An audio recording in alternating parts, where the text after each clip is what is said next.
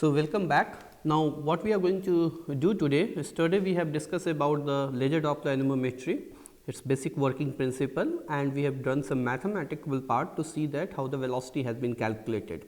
So, we have done that for the single beam, we have done it for the two beam. Now, what we are going to do, we are going to see that today that how the signal processing should be done. Okay, so I will briefly cover those part. Already I have covered the mathematical part, and the something like in the signal processing how to handle. Then we will see that what different type of LDAs are available, and then we will discuss the advantage and drawbacks or limitations of the laser Doppler anemometry. So, please remember, though I am giving most of the examples whatever we have covered, it is actually for the single phase, but it is equally hold for the multi-phase flow too. The only thing is multi-phase flow that you will track the phase of interest for which you want to map the velocity. So, the seed particles will be tracking the velocity or will tracking the fluid for which you want to map the velocity field. Okay.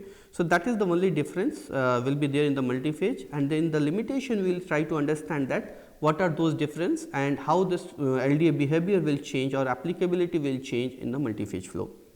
So, what we have done, we have seen for the single beam, and the single beam the problem was that you are getting the FD value by subtracting the two bigger amounts, okay, bigger frequency values, and therefore, the sensitivity of this FD calculations was less, and that is the reason that mostly two beam LDAs are used, and in the two beam LDA you calculate the FD, which is the Doppler shift in the frequency by subtracting both the individual FD for each values, okay, or for each beam, and then you get that. So, you know the F and plus FD, F plus FD, which is F is the incident frequency frequency of the incident waves, and FD is the Doppler shift which you are kind of observing for beam 1 and beam 2, and we have found the formula where which says that FD is equal to 2V upon lambda into sine theta by 2.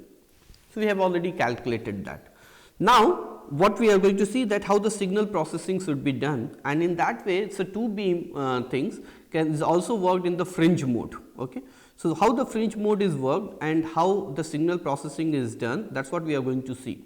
So, what we know that if we cut the two lights at a particular location or in a measurement volume, you will see the fringes, and that fringes will be made of some dark and bright fringes, like these are the dark fringes and the others are the bright fringes. So, once you cut that, you will get this fringe structures. If you go and see your basic light, the courses based on the lights, you will get this, that once you cut the two beams, then that beams actually at the measurement point you will see some bright and some light fringes. Okay. So, this is called the fringes now, and this approach is, that is why it is called fringes approach. Okay.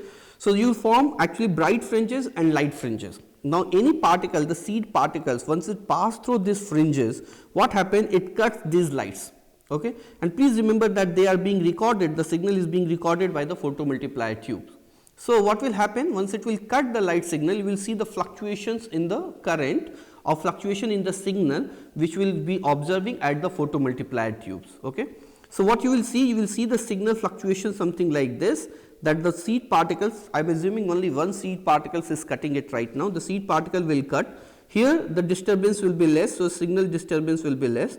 As it will move towards the center, the disturbance will be higher and you will see the higher frequency. Okay. So, you will get this kind of a signal by the cutting the particles once it will cut the fringes. Okay. And here also you can calculate the velocity by using the fringe method. So, how we are going to do? We are knowing that how much distance, how much time it took to travel from this fringe say to this fringe, okay, between these two fringes, how much time the particle is taking. So, velocity can be calculated, this distance, say this distance is d, if I assume that this distance is d, and if I know the time which it will take to travel between these two fringes, so then the velocity can be calculated by d upon f, d upon t time. So, what we do? We record the signal with the time, that how the time the signal is changing. If no particle will change, the signal will be flat. Okay. Once the particle will be cutting this, you will see this kind of a signal. Okay. And that is why it is called the fringe method, where you form a fringe, you observe the signal, the change in the signal with the time. So, once the particle will cut, it will be like this. We know the time it will take between these two travel between these two peaks. Okay. So, I know the time. Okay. because this is the plot with the time. So, I will know the time. If I know the distance between these two, I can easily calculate it by d upon t, okay, or d upon delta t, or you can say that v equal to delta d upon delta t, whatever the way you want to write. So, d is nothing but the distance between the two successive fringes. Okay. So, what we need to, this is what we need to calculate. Okay. So, if we know the d, we can calculate the, we know the delta t by the measurement, so we can calculate the velocity. So, that is another way, but there is problem in this, we will discuss that problem, but before that how to calculate this d. So, we have already discussed that f d is nothing but 2 v upon lambda into sine theta by 2. Okay. So, what will be the d? If I know that, what I need to find that what will be the d value, the difference between the two successive fringe location, either bright or dark. Okay. So, there will be bright fringes, there will be dark fringes. So, distance between the two successive bright fringes or two successive dark fringes, that is what we need to find it out.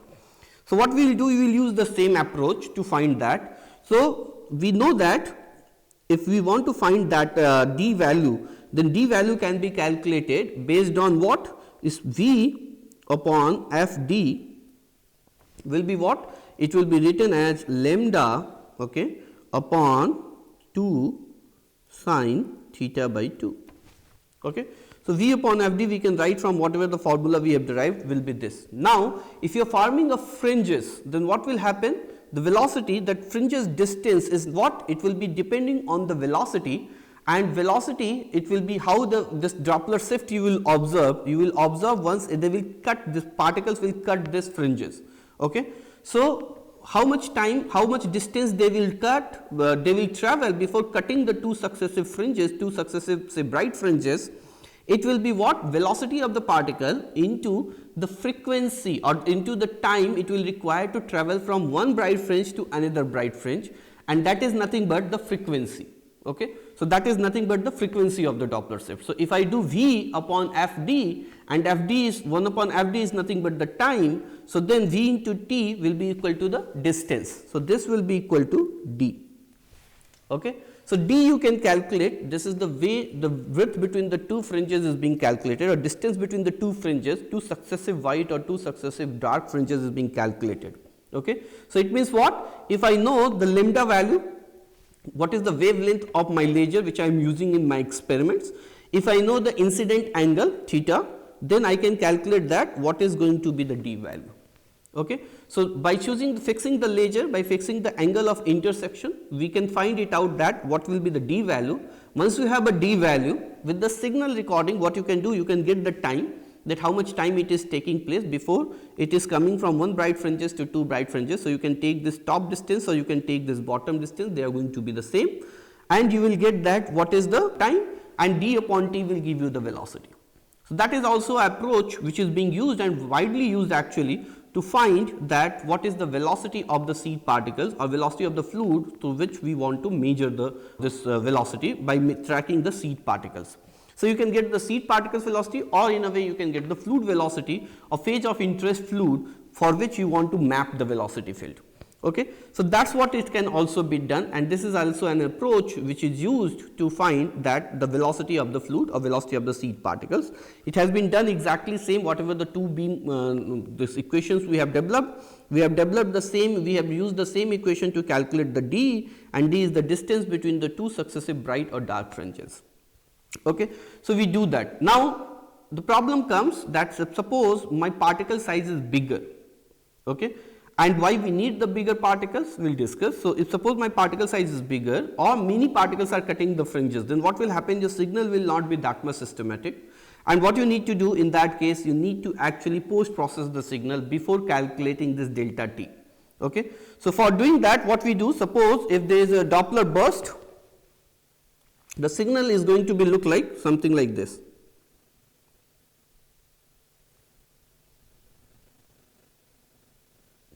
The signal will be something like this. Okay.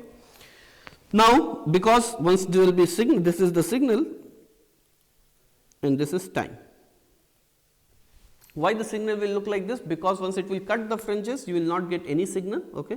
Once it will go from the white fringes, you will again the particle, this photomultiplier will see the lights, it means the light photon, it will supply some of the energy. So, you will get the signal, you will not get the signal, you will get the signal, you will not get the signal. So, you will have this kind of a signal.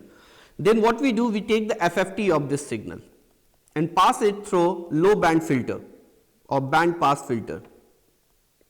I am not going in detail of this filter technique because it will be itself a course, but if you do the FFT, it means you convert the time signal, time domain to the frequency domain, and then you put a band pass filter, okay, and then you take a reverse FFT. So, if you do that, if you put that, you will get something like this curve,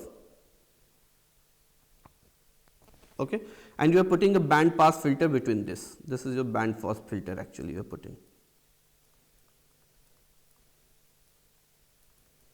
So, if you take the FFT of this, you will get something, and then you put the band pass filter, and then you take it inverse FFT. If you do a inverse FFT for this,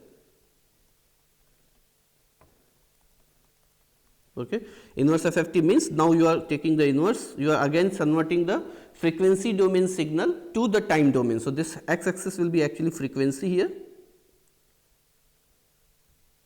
it is frequency, it is signal. Okay. Now, you again convert it to the signal versus time. So, what you will get, the signal which we are actually getting 0, it is nothing but a dark fringe. The signal which we are getting the light, which is actually the bright fringe. So, now once it will be cutting the dark fringe, it will be also cutting next bright fringe, then it will be cutting the dark fringe, then again bright fringe. So, the signal will now come to a label, and then you will see something like this.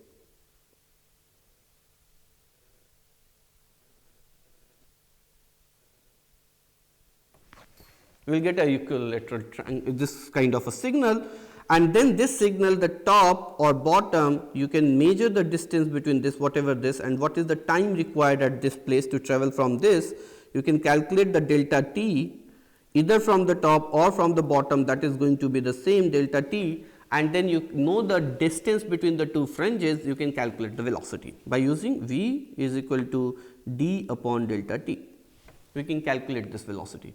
So, this is the method which is being used, widely used to process the velocity from this. Now, the problem comes once you have a bigger particle, and now why you need the bigger particle, again I will come to that. But before that, I will just try to tell you that what are the components actually which we use in the LDA experiments. So, definitely the most important component is the laser. We use the monochromatic light source, okay, which provide a collimated beam. Okay. Generally, a argon or helium neon laser is being used, okay, for the experiment. There are different laser available, but these are the most commonly used this laser in the LDA experiments. So, this is the most important part, which is laser. Then you use a transmitting optics. Now, this transmitting optics is having a beam splitter, particularly if you want to have two beam LDA, then you have to split the beam in two parts. So, you will have a beam splitter.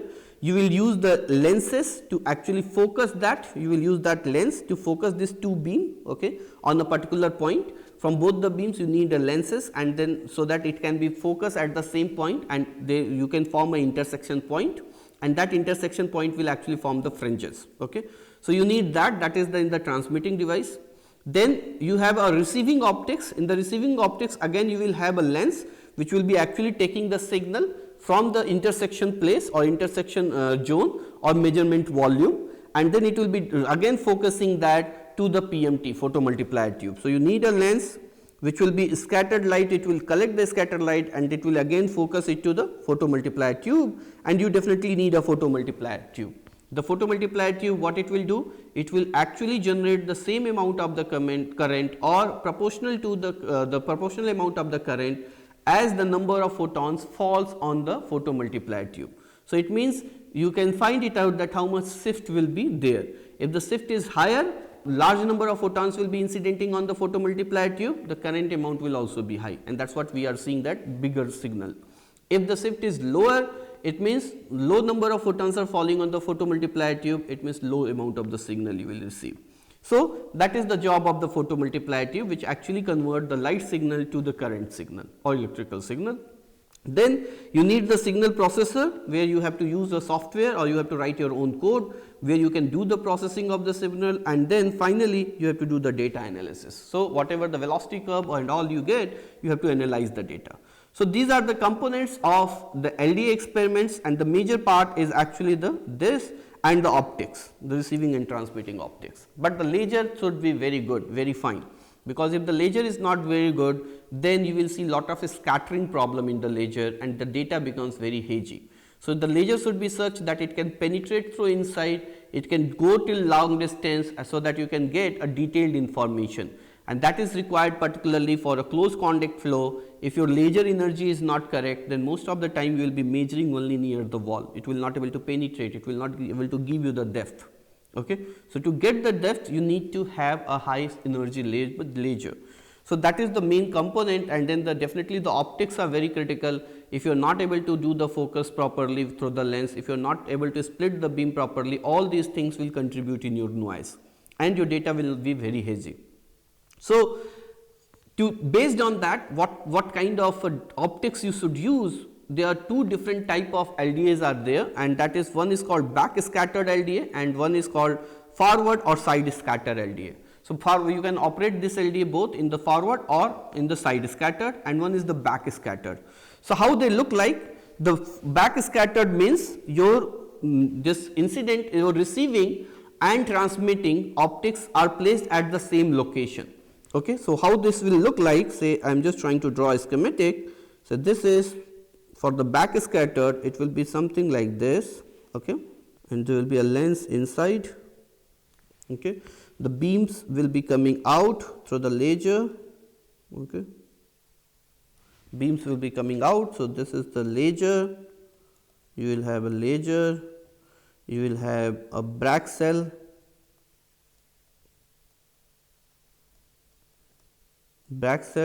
it will split this the laser in again two parts, they will be going here, this two laser lights, and then on this lens, this is again a lens, it will be kind of focusing on a particular point, which will be the measurement area. Okay. So, there will be measurement area. Now, the scattered light always goes in all the direction. Okay. The scattered light always goes in all the direction. Now, the light, if the receiving signal is also being there and this is being connected, say this receiving signal again is focusing at some place and that is being connected to the PMT. Okay, PMT. So, this is the line, this is the laser which is incidented, the laser is divided in two parts, you are going it here, then this some portion of this light is actually falling on this, some portion of this light is actually falling on this, which is again converging to of PMT. So, in that way this kind of is called a backscattered, because only the light which is being backscattered to the same point is being measured. Okay. So, this is called the backscattered approach. Now, the problem in this approach is that the signal is weak, because the light is being scattered more in the direction of the where it has been kind of intersect. So, the scattering amount will be more in this direction compared to the backscattered amount. So, you get a very weak signal. Okay. So, that is the major drawback of this backscattered method, because your signal is weak. Okay. You get a weak signal. So, it means signal to noise ratio here is higher relatively. So, that is the major disadvantage of this, but the advantage, which is the major advantage, is that the alignment, the vibration effect can be minimized, alignment issues are not there.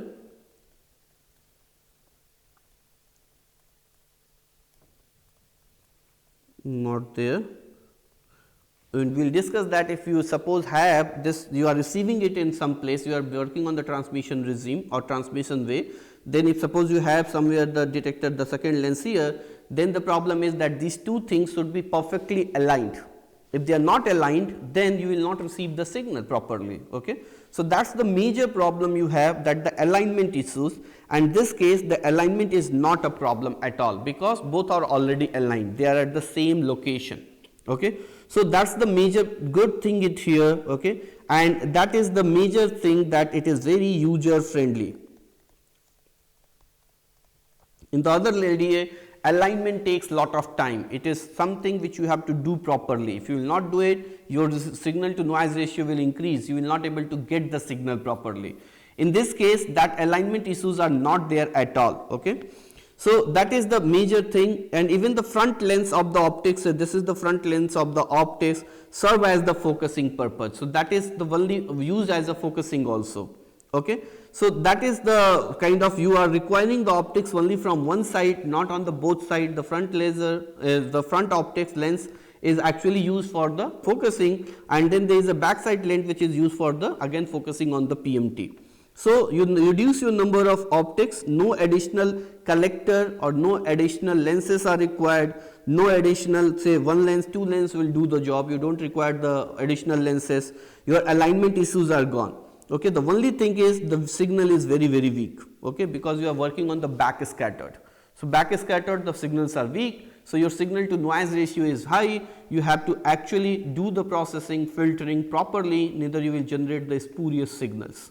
Okay. So that is the only problem, but overall this is very user friendly, backscattered, alignment issues are not there, and that's make it very user friendly and very effective. The other way is the forward and side scatter. So now forward and side scatter is actually something like this. Whatever we were discussing since till now is that all the, we are discussing either the forward or we are discussing the backscattered. So what we do in that case, we use a laser. Okay, laser sees the beam, we put it in the beam splitter. Okay, so we split the beam splitter, and this split the beam in this two part. You use a lens, you focus this to a particular place. Okay. Now again you use a lens and you focus it again on the PMT, and that is PMT. So that is what is called forward. Okay, this is the forward scatter. So this is the forward scatter.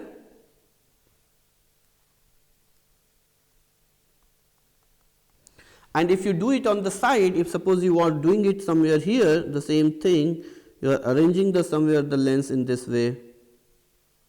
Okay, and then you are using the PMT somewhere here, that is side. So say this is PMT, so this is called the side. Okay. The only good thing here is you have a better signal to noise ratio, because the scatter is more in the forward direction. Okay. This goes more in this direction, okay, compared to the backscattered.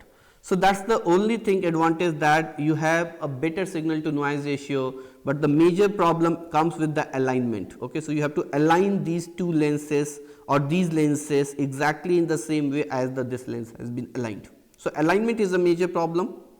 Okay. These are very vibrational sensitive. So if your system is vibrating, they are very vibrational sensitive. So if your system is vibrating, so what will happen? Suppose if the system has little bit vibration, so what will happen, that you will see the signal which will be vibrating, and this vibration will be kind of transmitting for this place. So there may possible that you become off focus, okay, or you actually the focus is, this length is different. So you will see more noise. So they are very vibrational sensitive. So that's why you need an isolation table, table which actually reduces the vibration. But then those isolation tables are very costly.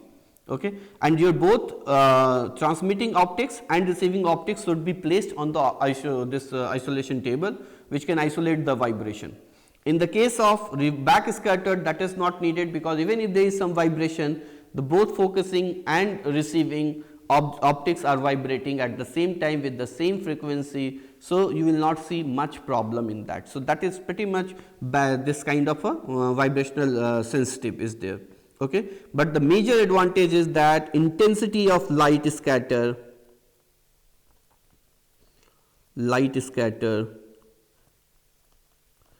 is very high. Okay, so you get a better signal to noise ratio. Generally it is 2 order of magnitude higher.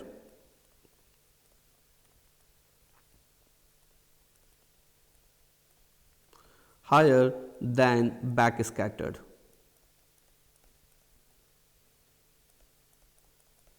Okay, And this is the major advantage of this, and that's why still these things are being used, particularly for a denser system where the attenuations are very high. We generally depend on the forward scatter or side scatter, because here signal to noise ratio are very high, your forward scatter light signals are very good. Okay. So, that is the way the optics is being used to find that what different type of optics are used to optimize the signal. So, we have discussed the signal processing, we have discussed the optics, we have discussed the methodology and working principle.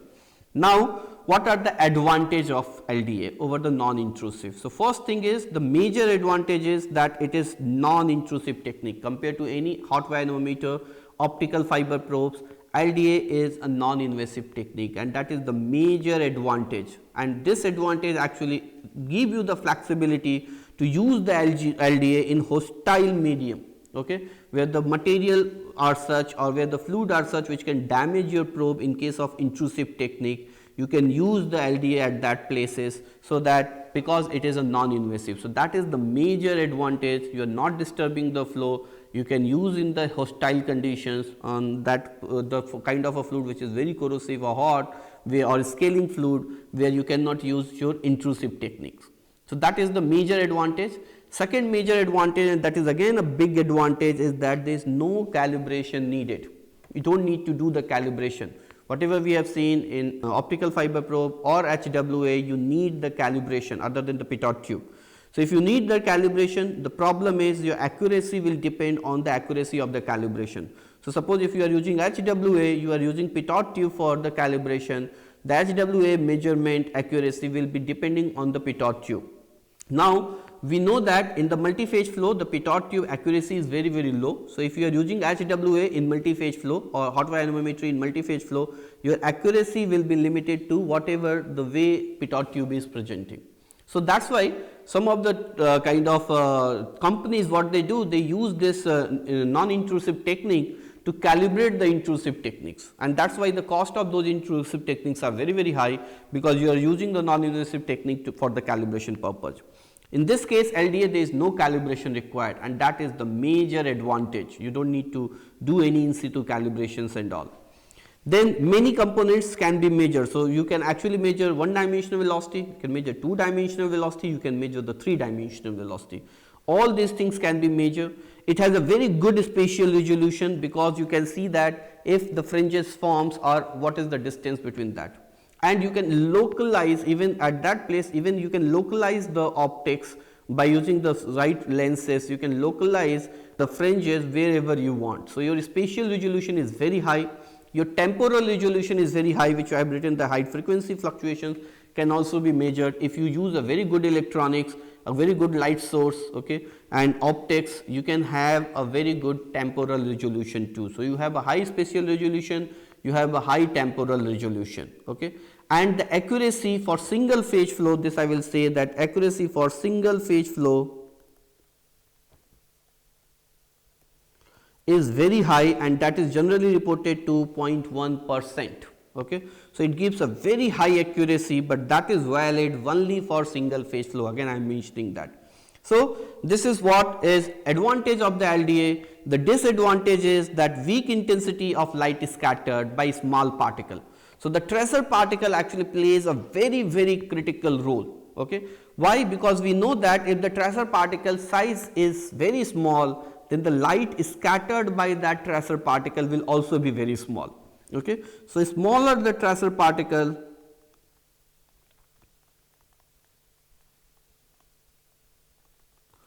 lesser the scatter.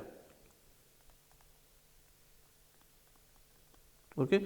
Lesser the scatter, lesser the Doppler shift, okay, or light intensity, which you will be recording on the PMT. So, the signal to noise ratio will be poor. But the problem comes if you use the bigger particles. If you use the bigger particles, then what is the problem? That you may start, so suppose you make a fringes, I am making this say as a dark fringes, okay, and wherever I am not drawing a light is suppose is a small fringe or this bright fringes. So, now if your particle diameter, suppose the particle diameter is very small, it will cut one fringe at a time, okay. But what if the particle diameter is too big in that way? then what will happen? It will cut both the fringes at the same time, and the signal which you are receiving in somewhere in this way, that it is going it in this way, it will start merging. So, you will not get this kind of a signal, you will get some signal like this, then this, then this, then this, then this, you will get signal like this, because you are cutting both the fringes at the same time. So, before the signal is coming to the 0, you have again cut the same, okay, or next fringes. So, you will get something like this fringes, and then your post processing becomes typical. You have to use lot of the filters to make the signal back to the same way as we have done after the Doppler burst, that to make the signal it in this way, you have to do lot of processing. Okay. So, that is the reason that if your particle size is bigger, you actually cut many fringes together, and that will add on to the complications. Okay. So, what you need a very fine particles, but if you go for very fine particle, your light intensity is low. So, you have to play between this, you have to optimize it in this way. Second thing, we know that if you increase the particle size, the Stokes number, or you can say the particle response number or response time, you need to be very careful with the particle response time, which is nothing but rho p, I think we have already discussed, it is rho p dp square upon 18 mu f. You have to calculate this value. If the particle response time is very high, or Stokes number it goes more than 1, then what will happen? You will see some motions which will be dominating by the particle, the fluid. So, particle will take some time to respond any change in the flow. So, there are many studies has been done to find the optimal tracer particle size, and that is very critical in the LDA or in any seeding any method where you use a seed particles. So, if you are using a particle which is a very big size, then what will happen? You will get a very good light scatter, but you will cut multiple fringes. At the same time, there is a possibility that particle may not follow the path of the fluid, maybe it has its own phase. So, whatever you will get the velocity, it will be the combination of the velocity of the particle, seeding particle plus the fluid, okay, and that definitely we do not want. If you use a very fine particle, then the light scatter will be very small, your signal to noise ratio will be improved. Further, if you go for particle size which is really very small in the range of nanometer or even lower, then the problem comes that the particle will start its Brownian motion. So, again it will not follow the path of the fluid, it will have its own motion, and that will go in the Brownian regime. So, one need to be very careful before choosing the right size of the particle, and that is the main critical parameter that you need to search, that what type of particle should be used for tracking which type of fluid, and that particle is going to change with the system, with the type of system, with the type of the fluid. So, if you change that, your particle will change. So, that is the major problem in this, to choose the right seeding particle. Then the random location of the scattered particle in the fluid create the problem in the data analysis. So, if suppose you are using lot of particles, it will randomly placed, and then they will be cutting the fringes at the same time. So, it will again create the problem in the data analysis. If you use too less number of the particle, your data equation time will be very high. Okay. So, then if you are using the forward scattered or side scattered, then your system is very sensitive to the vibration. Isolation table is must to do these kind of experiments if you are using forward or side scattered way. You need a transparent fluid and transparent wall, and that is the major problem. So, if your fluid is very muddy, what will happen? Your laser light will not able to penetrate inside. If your eyes cannot see, definitely laser can also not see, both falls in the visual range. So, that is the problem. Your fluid need to be clean. You need a transparent wall. If you want to do it in the industrial scale system where walls are made of the steel or made of the SS, you cannot use this system, and that is the major drawback, and that is the where this applicability of LDA in multi-phase flow is reduced. Why? Because as we discussed that in multi-phase flow, even if suppose the wall is made of the glass, it's the transparent material, but if your discrete phase fraction is very high, your diffraction will increase, and then what will happen? You will see lot of scattered because of these discrete phases, and that will actually increase the signal to reduce the signal to noise ratio like anything, and you will get only noise, or you will get only whatever is happening at the wall. You cannot go inside because you will not able to penetrate inside through the laser. Even a very high intensity laser, high energy laser will not able to do that. And that is the way that why the application of LDA is being restricted in the multi-phase flow.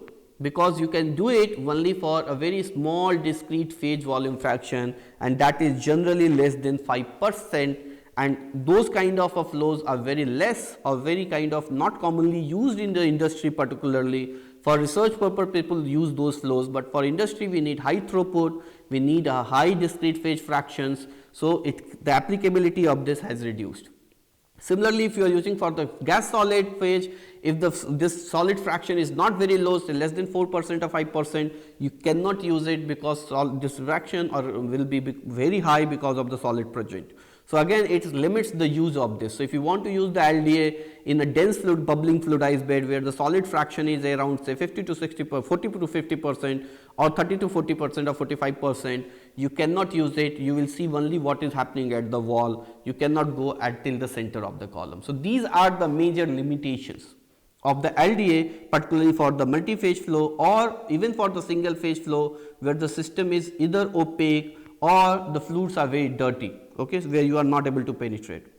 Then the major another problem, which is the major problem again, is the single point measurement.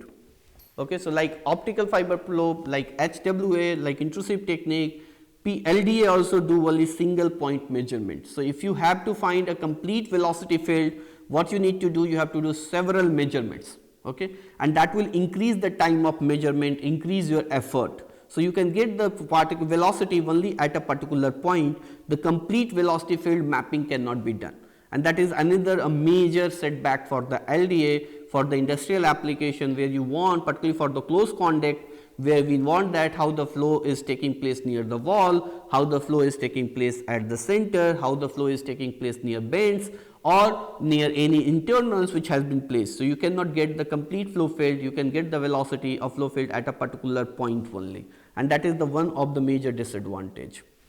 Okay, and then again it is very difficult to collect the data near the wall. Why? Because near the wall again the scatter because of the wall will be very high, this focusing of the light will be difficult. So that's why taking the data very close to the wall is also difficult, and again that is the reason that applicability of LDA in multi-phase flow is limited. Okay, you can do it for a very small volume fraction system only. Then again these are very expensive compared to whatever the invasive technique we have discussed. These LDA are very expensive, and that again limits the application of this. Then the seed particles, whatever I said, the right choose size of the seed particles is very difficult or is very critical. I will not say difficult, there are a lot of seed particles available in the market which you can buy for the LDA or PIV experiments, which we will be discussing next. But the size of those seed particles, what type and size of the seed particles should be used is very critical and affect the accuracy of the LDA experiment, and it affects severely.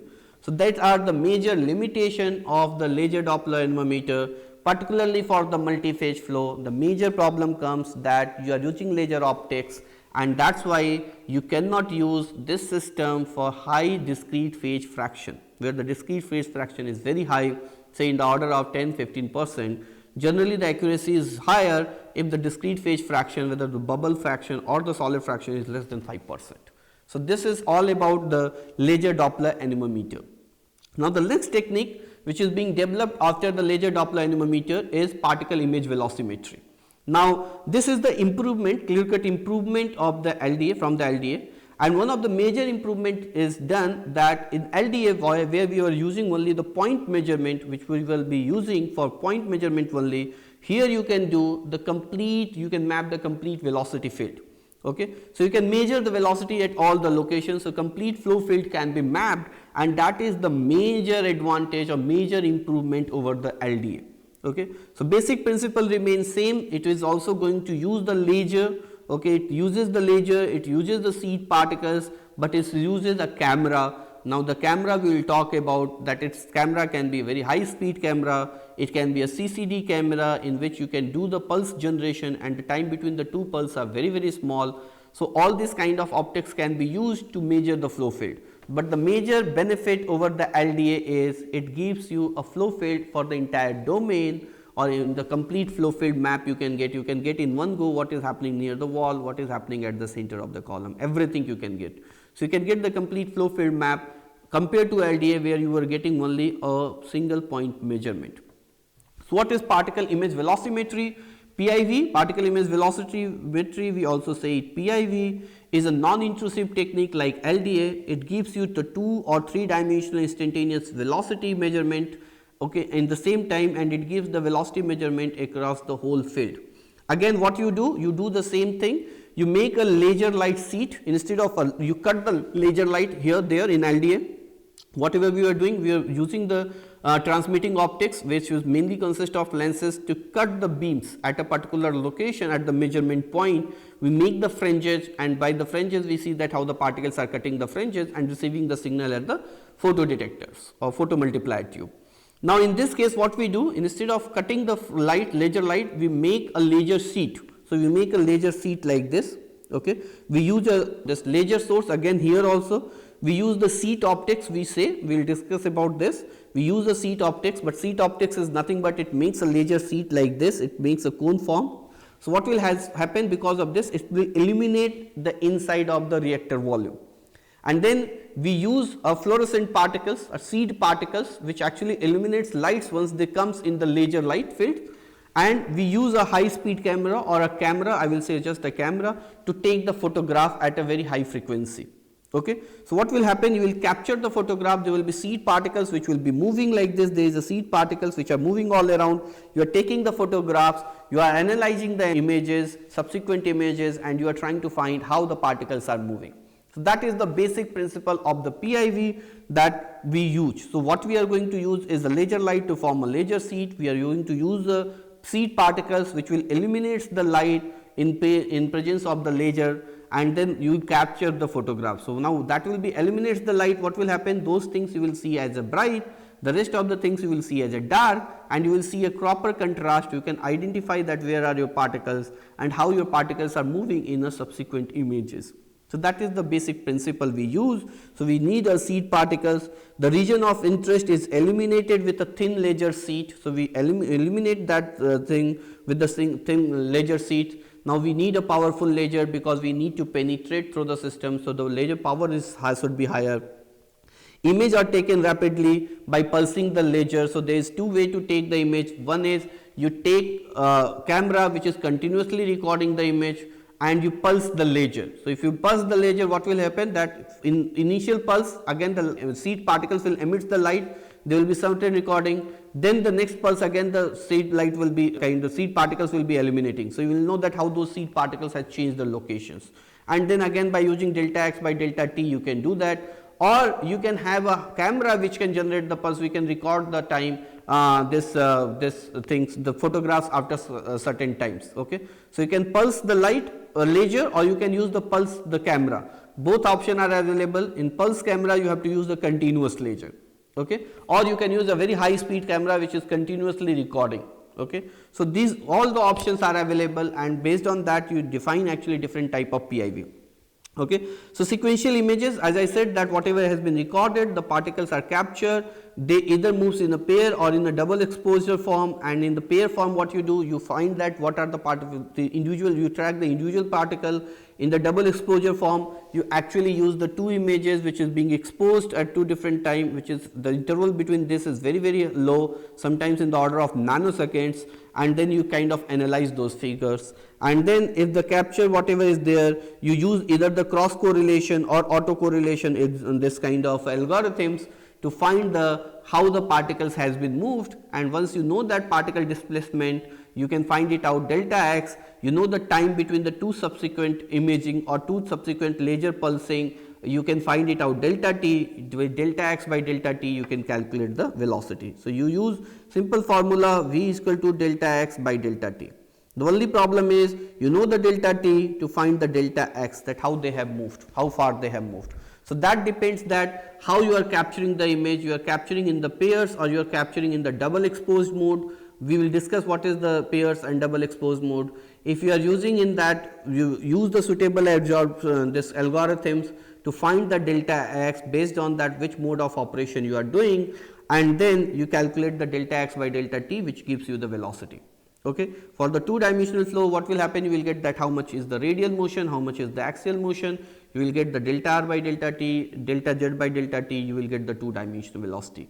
So, that is the basic of particle image velocimetry. this is the how it works. We have taken it from the Dentec. So what you do, you use the laser, and that is a double pulse laser.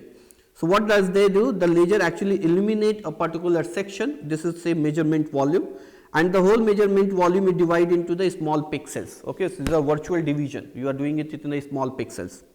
Okay, so let's take, I am talking about this one pixel, and this is, I have zoomed it. I will further divide it into the small pixels. Okay, the way we have done here. And now what we do, we acquire the two images. So one image, there is delta t difference between the two pulse. So these are the pulse of the laser. So what I have done, I first sent a pulse, and then after delta t times again I sent a pulse. So once the pulse will be there, the laser sheet will form. It will eliminate the lights which are there in the measurement volume, and you will record the image. Then again the pulse will get off, you will not get any image, you will not get any lights image. Then again the next pulse will come, it will again eliminate the whole section. Once it will eliminate the whole section, you will again, the seed particles will emit the light, you will again take the photograph. So what will happen, you will have two photographs. So this is the photograph 1, this is the photograph 2.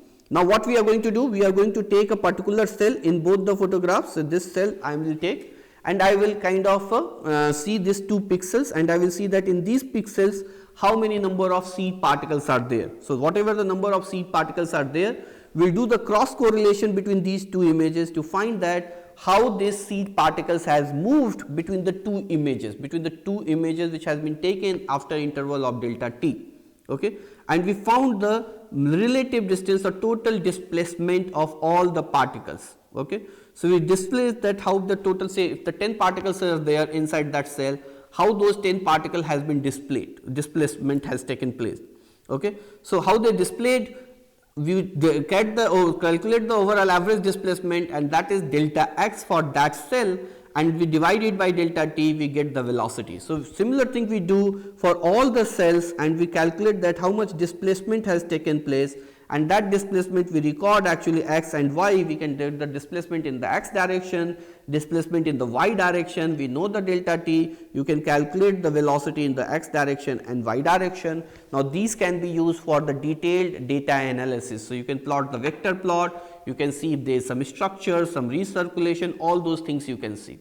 So this is the basic operating principle of particle image velocimetry, PIV. Okay, so this is what we do.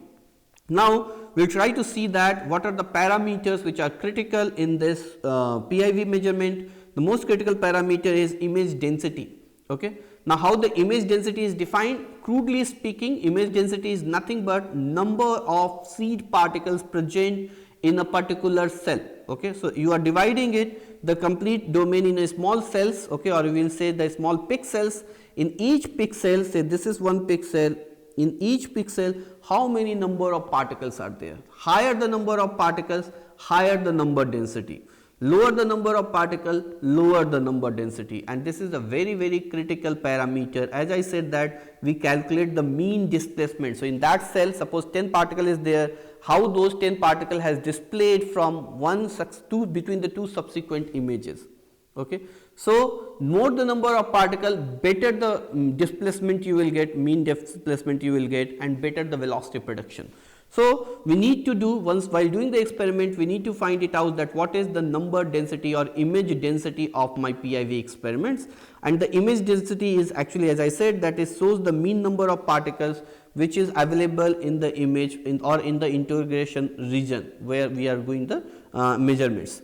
So it has been defined as C into delta Z naught upon m naught square into di, where C is nothing but the tracer concentration. So any flow you seed with some amount of the particle. So that is what is the tracer concentration, number of tracer particle per unit volume. So how much is the concentration you have used, that is the parameter, this C. So how much is the tracer volume? What is the thickness of the laser sheet? So what is delta Z, because that will be the Z direction of the sheet. You are making a 2-dimensional. The third direction is the thickness of the this laser sheet. After that, if the particle will suppose move, say this is the small cell you are making, actually you are making the cell in this way. There is the particle. If the particle will move on the other side, then it will be off focused. Okay. Once it will be off focused, then it will not be considered in your number density or image density. So So that's why you need that what is your thickness of the laser sheet which you form. Then image magnification, we generally use lenses to focus this, okay, to magnify the image. So how much you have magnified the image, what is the image magnification factor you have used, okay, and then what is the integration or measurement area diameter, okay. So where you are doing the measurement, what is that area diameter, that is the DI. So that is depends on the Ni, we called it as the image density, okay. And for a successful PIV experiments or for a good data, you require that Ni should be in the range of 10 to 15 or higher, okay, I will say or higher, okay.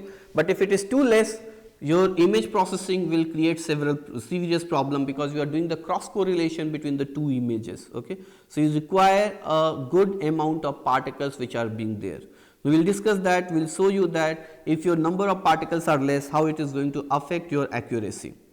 So how you find the velocity from the tracer motion, that PIV, actually there is a two ways you can do it. One, you can track the individual particles, okay. So suppose there is one particle you can use, and that individual particle motion you can track. Now if you do that, the number of experiments will be very high, because you are getting a very less data, okay, per cell. Suppose you are using only one particle, or if you are suspending, you make the concentration so low that in each cell only one or two particles are there, and you are tracking the motion of those one or two particles. So you are tracking the particle motion, each particle motion or each seed particles motion, okay. So then what will happen, again the time, the information will be low, the time of experiments will be very high, and those experiments are not called PIV experiments, those are called PTV experiments, particle tracking velocimetry, because now you are tracking the particle, you are not tracking the image. In PIV what we do, we do not track the path of the individual particle, we track the path of a group of particle, we track the whole image together, okay. And we will see that two image we analyze, we do not analyze that how the individual particles are moving. So what we do, we analyze the bulk motion of the particle between the measurements area or between the pixels. So that is what is called PIV. So don't get confused, because sometimes people get confused, even if you are doing PTV experiments, they call it as a PIV experiment. So particle tracking velocimetry, in which you track the path of individual particles, but particle image velocimetry, you do not track the path of individual particles, you track the path of a bulk of the particle which is present in your measurement area or in your pixel where you are tracking the motion, okay. So that is there. Now in PTV what we do, as I said, suppose you have this image 1, you have one particle, in image 2 the same particle, this is image 1, say at time t, this is image 2 at time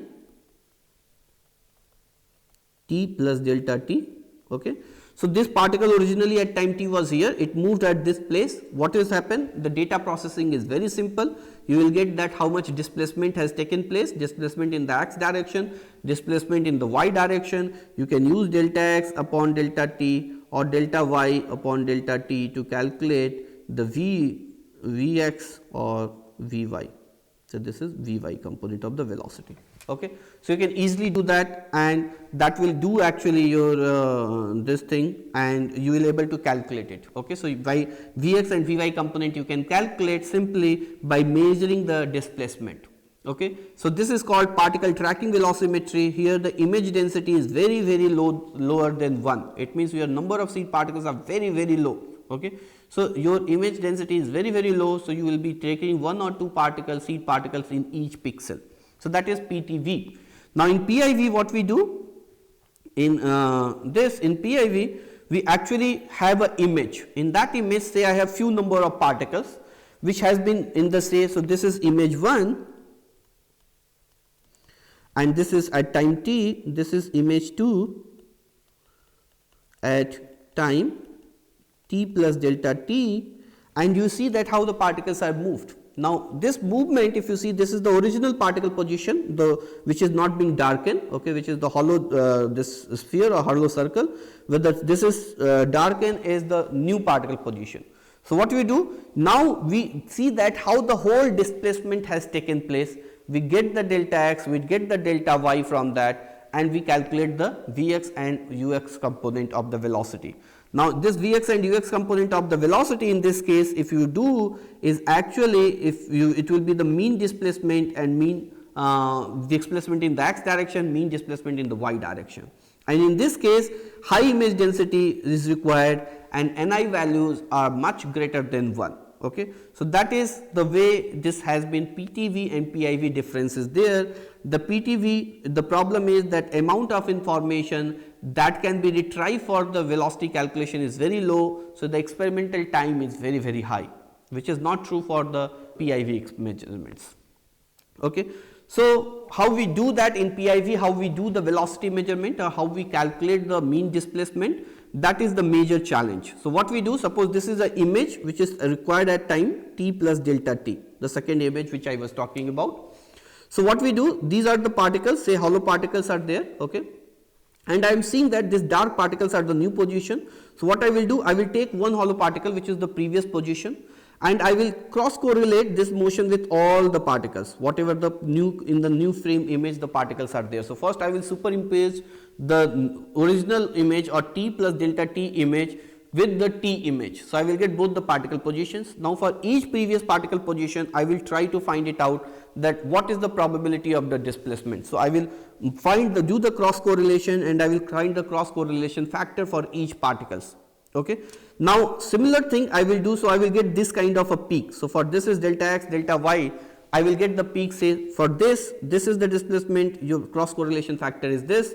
If this is the displacement, your cross correlation factor is this. If this particle is, you will get a cross correlation. So for each particle you will get a cross correlation map like this. Okay. Now this is the way you will get for each particle. So each particle is being correlated with everyone. Now what you do, you repeat the same thing for the other particles. So now earlier I was doing for this, then I will do for this again. Again I will correlate with all the dark particles. Okay. And again I will get this kind of a map. So I will keep on doing it and then I will be summing up all the processes. So once you will sum all the processes, you will get something like this.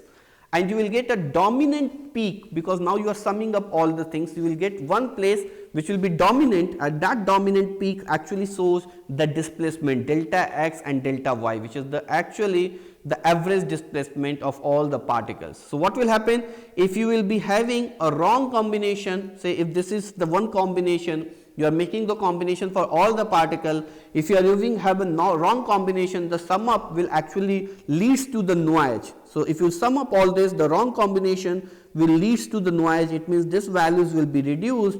The true combination will be a dominant this displacement. So it will show the dominant displacement. You will get the delta x, you will get the delta y.